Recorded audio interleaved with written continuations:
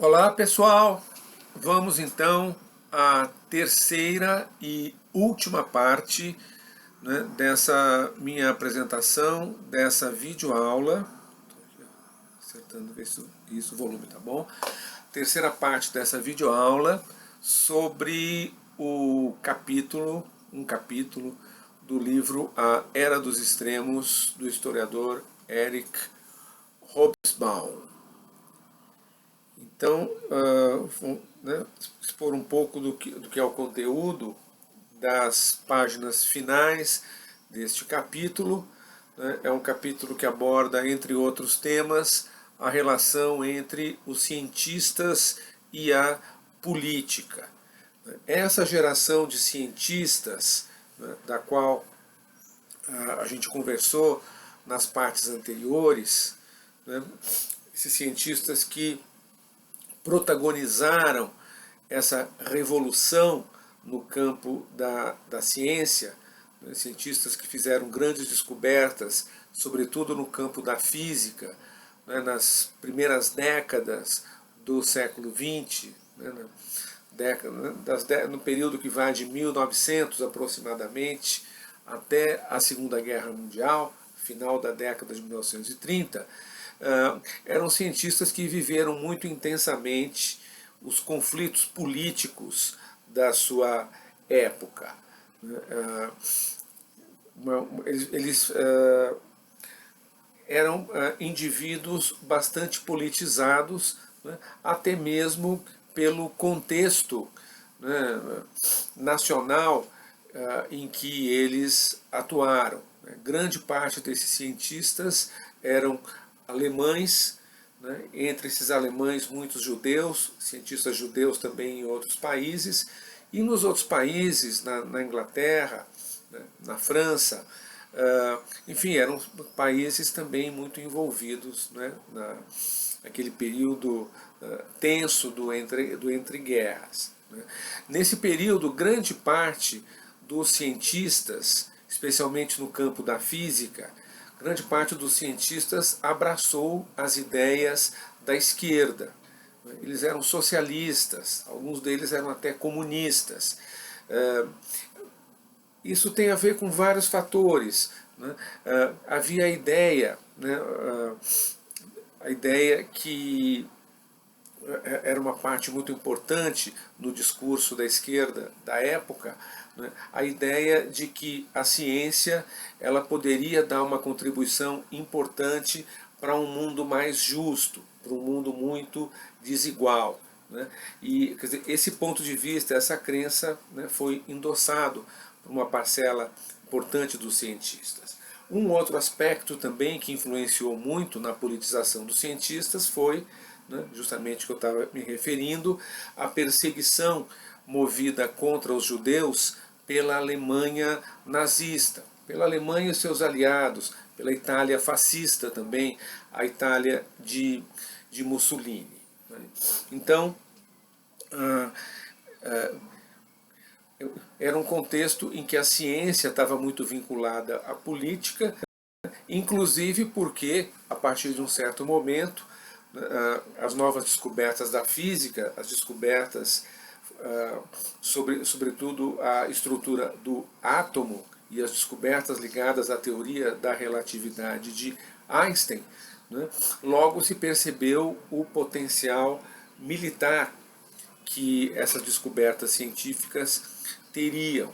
Quer dizer, já antes da Segunda Guerra Mundial, já estavam em curso as pesquisas científicas que vieram a culminar com a fabricação e mais tarde o uso da bomba atômica. Então, quer dizer, houve uma mistura entre a pesquisa científica, pela sua dimensão militar, e o contexto da guerra. A própria bomba nuclear, ela foi, em certa medida, uma filha, uma consequência dessa militância antifascista de uma parcela importante da comunidade científica. Uma comunidade científica que cada vez mais vai se concentrar nos Estados Unidos, né, para onde foi a maioria dos refugiados da Alemanha nazista, né, e um lugar onde haviam condições para que essas pesquisas fossem desenvolvidas, fossem ser levadas adiante, a salvo das agruras da guerra. Como vocês sabem, na Segunda Guerra Mundial, logo no início, a França foi ocupada pela Alemanha nazista, assim como a maior parte da Europa continental. A Inglaterra esteve a um passo de ser invadida também pelos alemães, como a União Soviética e o leste europeu inteiro, né, também foram invadidos. Né. Naquele contexto, um grupo grande de cientistas, inclusive vários físicos nucleares, assinaram um manifesto. Albert Einstein foi um dos líderes desse manifesto, um manifesto que foi encaminhado ao governo dos Estados Unidos e um manifesto que pedia aos líderes das potências aliadas para que fizessem a bomba atômica antes que a Alemanha nazista fabricasse essa arma. Havia a preocupação dos cientistas e dos governantes das potências aliadas de que, com a ajuda dos cientistas alemães que ficaram ao lado de Hitler na guerra, que então prosseguiram as suas pesquisas com finalidades militares, né, que eles fizessem a bomba atômica e com isso, né, a Alemanha nazista poderia, né, vencer a Segunda Guerra Mundial.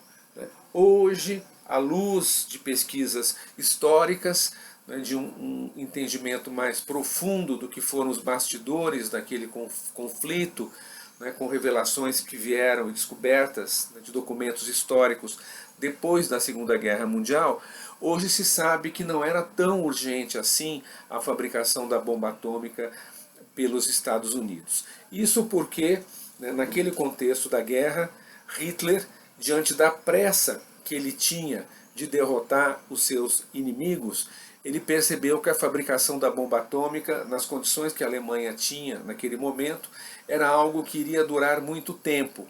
Então, a prioridade das pesquisas na Alemanha foi numa outra direção, foi no campo dos mísseis.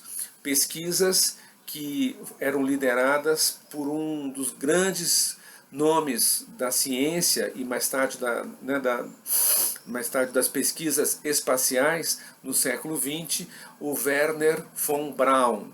Wernher von Braun, ele é o responsável pela fabricação dos primeiros mísseis que foram utilizados pela Alemanha na Segunda Guerra Mundial.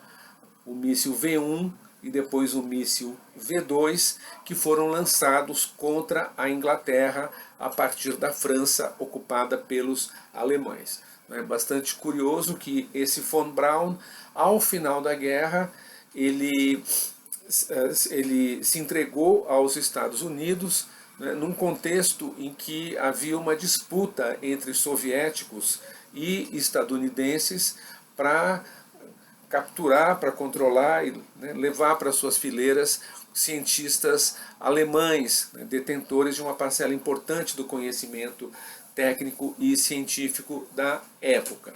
Por motivos que não é muito difícil a gente entender, a maior parte desses cientistas foi correndo se jogar aos braços dos Estados Unidos, né, com medo de serem presos pelos soviéticos, né, e o tratamento que os soviéticos davam aos alemães, né, naquele contexto não era muito cordial, não era muito agradável, né, inclusive porque a União Soviética foi o país europeu que mais sofreu com a guerra, né, com a invasão da Alemanha nazista. Foram 20 milhões de cidadãos soviéticos mortos durante a guerra.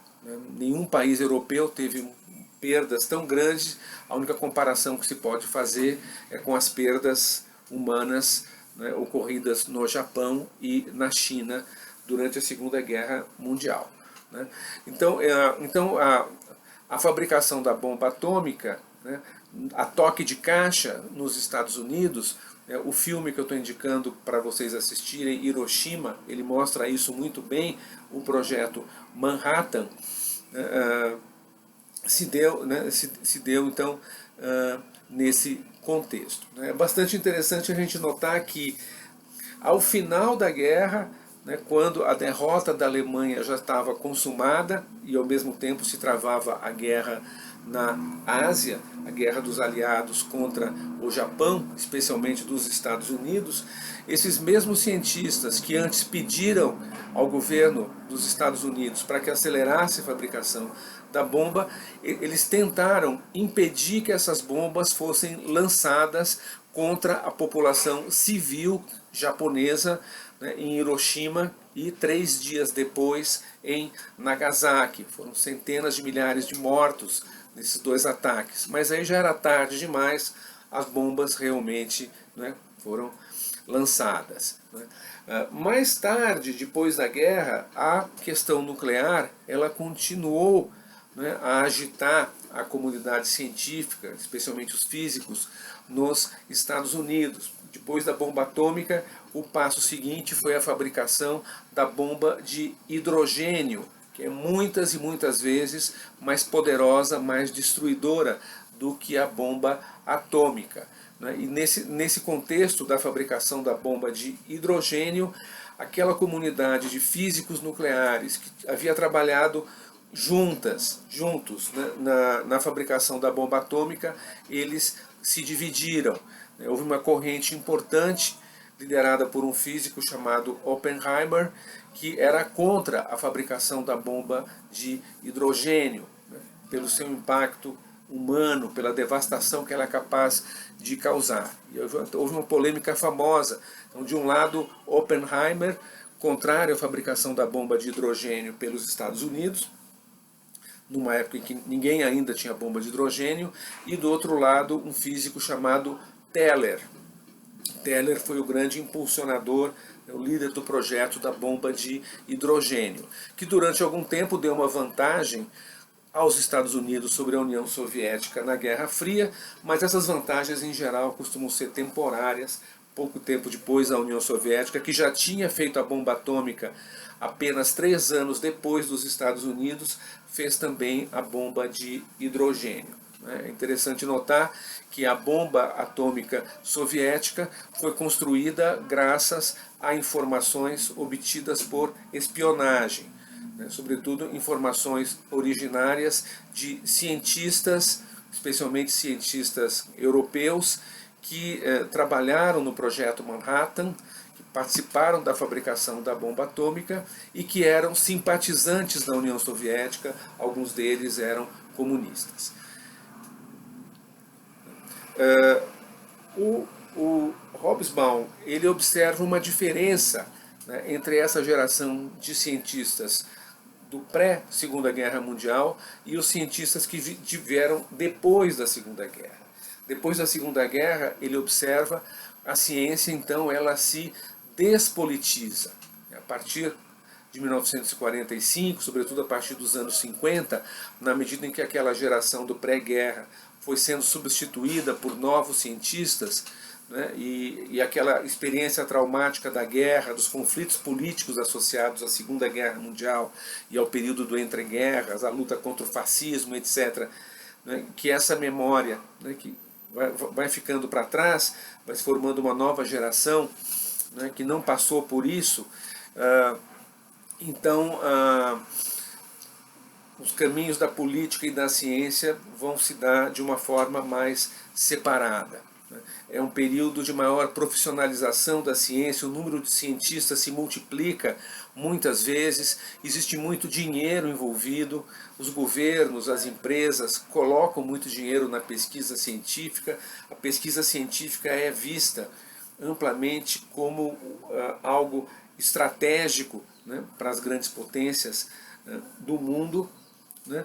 E os cientistas, então, né, os cientistas inclusive que passam a viver num ambiente muito competitivo, uma competição muito intensa pela obtenção de verbas, pela obtenção de prestígio, pelas publicações, né, para publicar trabalhos, né, em revistas importantes, pelos prêmios, etc. Então, é um período em que gradativamente os cientistas vão se afastando de certas discussões. Eles deixam de fazer perguntas sobre as finalidades de muitas pesquisa, se essas pesquisas vão servir a usos militares ou se vão servir a certos usos que possam ser questionados do ponto de vista ético. A maioria dos cientistas se coloca longe dessas perguntas e se escuda, né, diante da ideia: eu estou fazendo o meu trabalho, eu estou fazendo a minha pesquisa, quem quiser que use os resultados dela, né, por sua conta e assumindo as consequências disso. Né. Hobsbawm fala também um pouco sobre a questão da ciência na União Soviética, né. No pré-Segunda Guerra Mundial, a postura do governo soviético era o regime do Stalin, uma das grandes ditaduras do século XX. A postura da União Soviética era um tanto quanto ambígua em relação à ciência. Alguns campos se desenvolveram bastante, especialmente o campo da física, né, inclusive pelos usos militares da física. Eles não estavam alheios, evidentemente, né, a esse tipo de interesse. Né. A biologia, em compensação, na União Soviética ficou muito atrasada.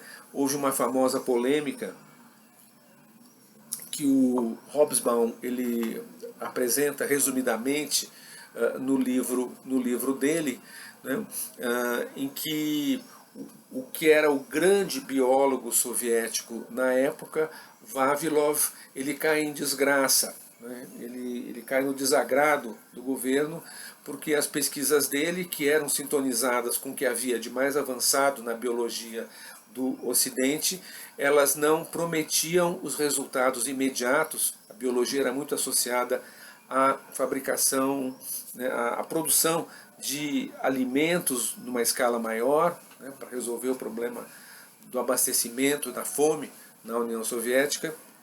E esse Vavilov, então, ele acaba contrariando, né, as expectativas do ditador soviético, vai preso e acaba morrendo num gulag, campo de prisioneiros na Sibéria. E enquanto isso era promovido um outro cientista, um cientista bastante medíocre por todos os padrões, mas que dizia o que Stalin queria ouvir, né, e utilizando conhecimentos científicos ultrapassados. Ele era um adepto das teorias de Lamarck, né, quando o Vavilov e a ciência no mundo inteiro já tinha descartado Lamarck em favor das teorias de Darwin, que acabaram se afirmando, né, e mais tarde Mendel também, né, mas enfim, a pseudociência havia triunfado na biologia soviética no pré-Segunda Guerra Mundial. Depois, mais tarde, após a morte do Stalin, Vavilov foi reabilitado, mas aí era tarde, ele já não estava mais no mundo dos vivos. No pós-stalinismo, ou seja, a partir da década de 50, sobretudo a segunda metade dos anos 50, né, quando a situação política na União Soviética se torna um tanto mais amena, já não eram mais os horrores do stalinismo, nesse contexto o uso político da ciência foi muito intenso, né, por conta da corrida armamentista da Guerra Fria, né, e por conta da corrida espacial. A União Soviética e os Estados Unidos disputavam, né, como se fosse realmente numa corrida, quem era capaz de fabricar as armas mais modernas, os mísseis mais destruidores, né, os aviões, os navios, os submarinos, etc. Né, a ciência teve muito a ver com isso. E a corrida espacial, né, que era uma maneira das duas superpotências afirmarem o seu prestígio, afirmarem a sua capacidade tecnológica aos olhos do mundo. E a União Soviética saiu na frente na corrida espacial. Isso realmente é algo impressionante. O primeiro satélite na órbita da Terra foi lançado pelos soviéticos em 1957, né? E mais tarde também o primeiro voo espacial tripulado, né? Ou seja, o primeiro ser humano, né, a visitar o espaço fora da Terra foi um russo, né, Yuri Gagarin, né, em 1961. Essas proezas, claro, logo depois os Estados Unidos também chegavam lançando por sua vez os seus satélites, lançando por sua vez os seus astronautas. Né? Nessa época da corrida espacial era até curioso a questão da nomenclatura, dos nomes que eram utilizados. Então, os soviéticos, eles chamavam, né, os passageiros das naves espaciais que eles lançavam, os tripulantes, de cosmonautas, enquanto que os Estados Unidos chamavam de astronautas. Se falasse astronauta ou cosmonauta, você já sabia se era russo ou se era americano.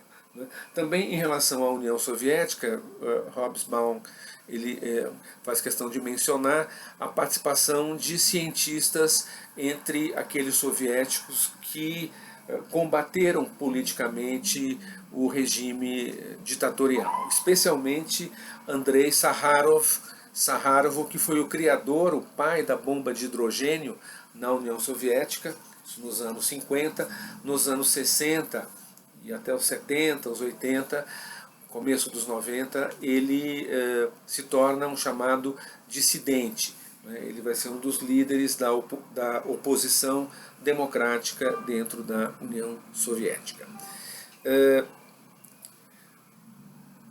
Hobsbawm ele ressalta, né, no livro dele, novas preocupações que surgem, né, nesse período da segunda metade do século XX, do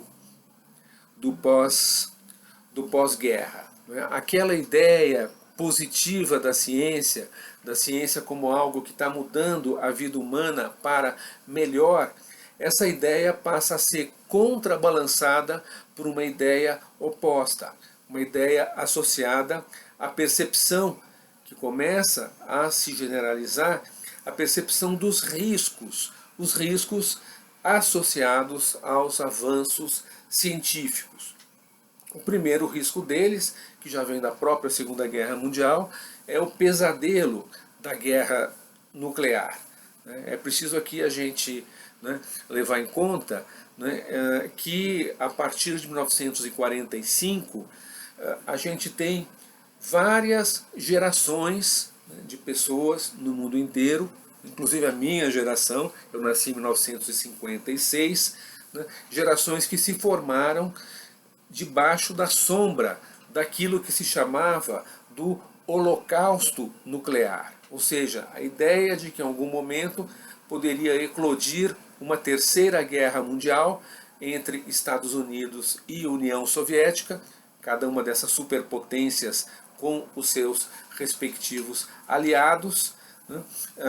Superpotências armadas até os dentes, com bombas atômicas, bombas de hidrogênio, mísseis, né? Aviões capazes de jogar a bomba um no outro, né? E uma capacidade de destruição muitas vezes maior do que aquilo que o planeta Terra seria capaz de suportar. Né? O que se dizia na época é que se soviéticos e estadunidenses lançassem todas as bombas atômicas de que eles dispunham nos seus arsenais, isso seria suficiente para destruir o planeta Terra mais de 30 vezes. Que não seria necessário uma vez, né, já bastava. Mas o risco, né, de destruição da humanidade era real, e esse risco, claro, está associado à ciência. Sem ciência, né, sem cientistas não tem guerra nuclear. Outras questões vão surgir mais tarde, nos anos 70. Nos anos 70 né, tem início, né, essa preocupação que marca a nossa época, com uma intensidade cada vez maior, a preocupação com o meio ambiente. Até os anos 70 isso simplesmente não era uma questão. Nós estávamos poluindo o planeta, poluindo o ar, poluindo as águas, causando o aquecimento global sem ter a menor ideia do que estava sendo feito. Né? Só a partir dos anos 70 que a preocupação com o meio ambiente ela deixa de ser algo restrito, né, a pequenos grupos para se generalizar e se tornar um assunto de Estado, se tornar um assunto que passa a envolver a opinião pública, a mídia, cada vez mais.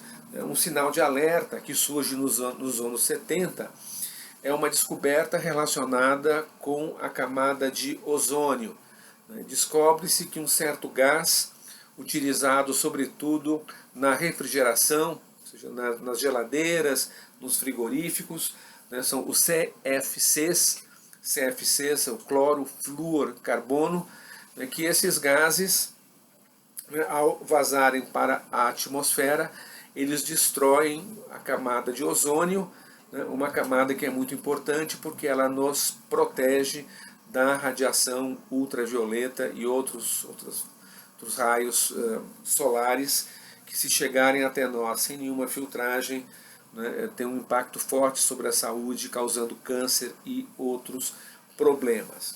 Então, essa questão dos CFCs, que é uma questão hoje superada, porque esses gases já foram substituídos por outros que são inofensivos do ponto de vista ambiental, mas foi um momento em que começa a haver uma consciência ambiental mais forte.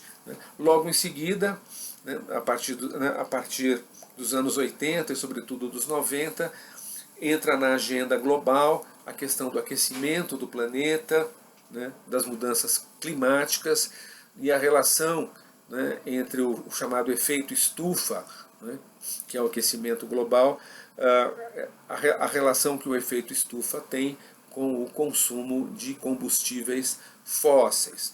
É a questão que até hoje estamos nos debatendo com ela.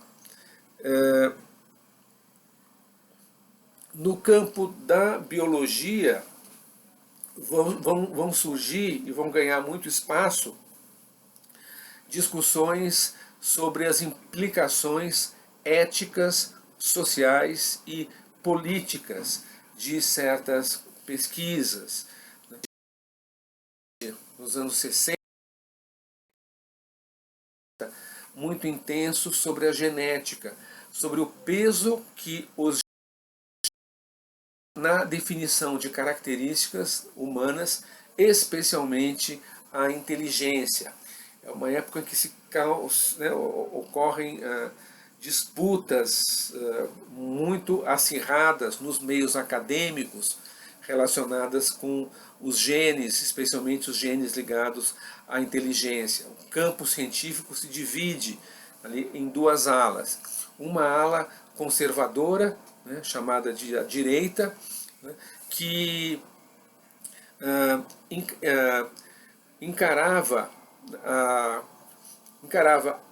as desigualdades humanas, especialmente no que diz respeito à inteligência, como algo geneticamente determinado. Ou seja, algumas pessoas são superiores às outras porque têm genes melhores, genes que as tornam mais dotadas, mais talentosas, mais capazes.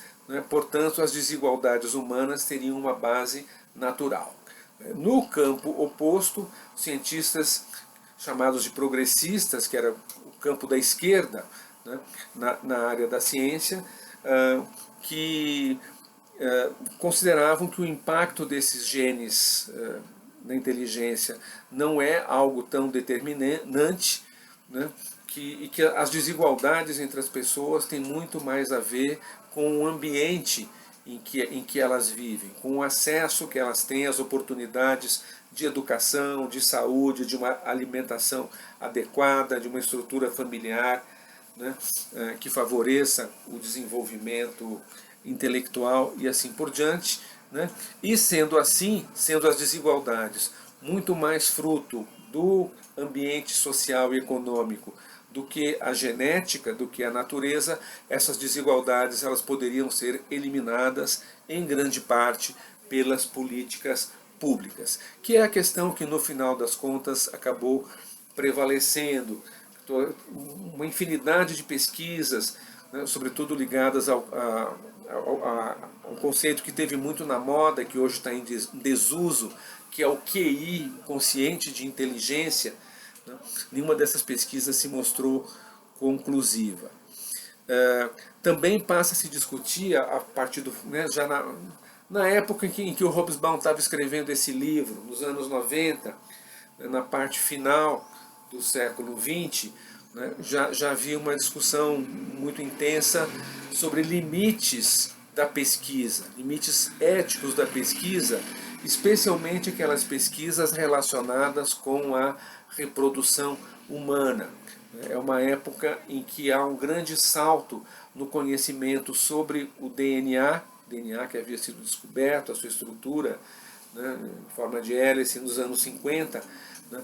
Nos anos 90 essas pesquisas estavam muito avançadas, né, e se coloca na agenda então questões como a clonagem, né, a clonagem primeiro de plantas, depois de animais, né, se vislumbra evidentemente a possibilidade da clonagem de seres humanos, né, algo que é bastante complicado, né, e também do uso dos conhecimentos genéticos, de técnicas avançadas de manipulação dos genes para se predeterminar características como a cor dos olhos dos bebês, como o sexo dos bebês e muitas outras características humanas, a ideia da eugenia, né, até que ponto, né, é eticamente correto se manipular o nosso patrimônio genético, tudo isso entra em discussão.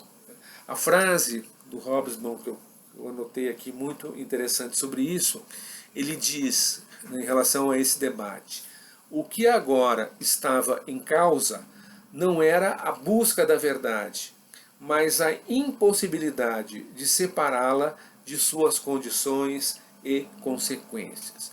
Ou seja, a pesquisa científica, a busca do avanço do conhecimento, né, humano, do avanço da ciência, já não podia mais ser separada dos usos que poderiam ter, né, esses conhecimentos, essas pesquisas. Então, são dilemas éticos bastante complexos, né, que vão se colocar para os cientistas. Né. E, enfim, né, nisso estamos, né, a polêmica continua, né, e o que o Hobsbawm ele escreve, meio que fechando, né, essas reflexões, né, tentando organizar um pouco essa polêmica, ele vai mostrar uma divisão em dois campos, né, entre os cientistas e pessoas que, mesmo sem serem cientistas, né, se ligam de alguma maneira a essa discussão, que já não é mais uma divisão, como em vários momentos anteriores, entre a direita e a esquerda, ou entre os democratas e os fascistas, mas é uma polêmica entre pessimistas e otimistas. Uma visão pessimista, o Hobsbawm ele sintetiza da seguinte maneira: uma visão pessimista é aquela de que a humanidade não é mais capaz de lidar com os seus poderes de transformação da natureza, de transformação do planeta Terra, de transformação das espécies, inclusive da espécie humana. E pior, a humanidade não é capaz nem ao menos de reconhecer os riscos, os perigos que ela cria para si mesma, né, e para o planeta Terra, para a vida no nosso planeta. Conclusão: é necessário controlar e limitar a ciência, né, de fora para dentro, né, gerir o que o cientista pode ou não pode pesquisar, né, levando-se em conta os riscos das consequências dessas pesquisas, desses avanços científicos. E do outro lado, um outro campo, que aí são os otimistas, né, que vai admitir que esses problemas realmente existem, né, eles são incontornáveis, mas a própria ciência que cria esses problemas é também capaz de encontrar soluções, né, para os impasses que surgirem ou para os desvios. Né. Então, que não precisamos, né, ter uma visão tão negativa, né, e que os próprios conhecimentos científicos, o próprio avanço da ciência vai oferecer os caminhos, né, para resolver os problemas que surgem com a aplicação das descobertas científicas. Então, é isso. né, eu paro por aqui. Encerramos então, né, essa série de 3 videoaulas com base nesse longo capítulo do livro A Era dos Extremos, do Eric Hobsbawm. Abraços a todos, eu paro por aqui.